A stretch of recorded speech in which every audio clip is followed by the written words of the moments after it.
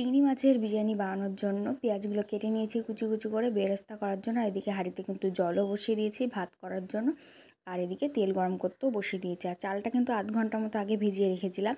আর পেঁয়াজগুলো এবার লাল লাল করে ভেজে নেব।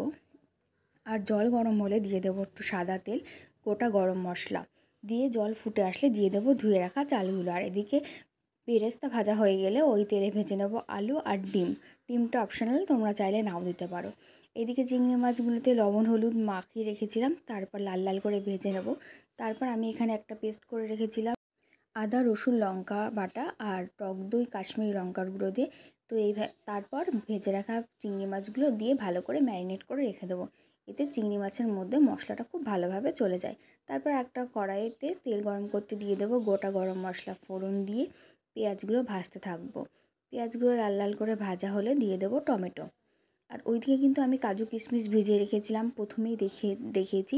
সেটা তোমরা চাইলে ভাতের সাথেও দিয়ে দিতে পারো বা পরে দম দেওয়ার সময় দিতে পারো। আমি দম দেওয়ার সময় দেবো।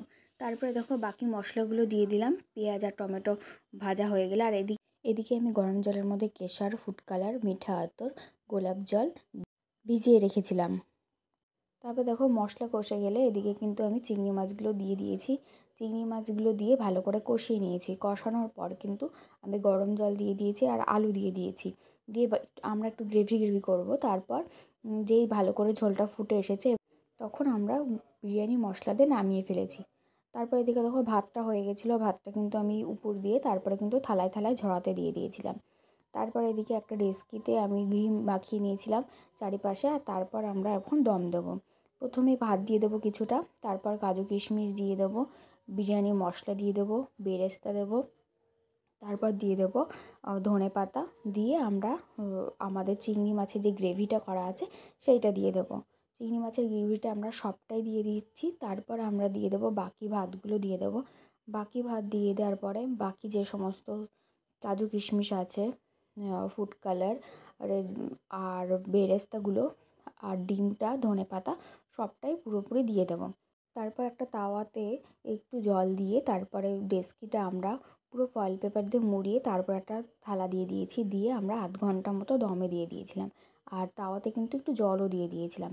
তারপর আধ ঘন্টা পর এসে যে খুলবো, দেখো বিরিয়ানিটা কেমন হয়েছে। প্রথমে কিন্তু একটু বেশি হাই ফ্লেমে রাখবো 10 মিনিট মতো, তারপর লো ফ্লেমে রেখেছি।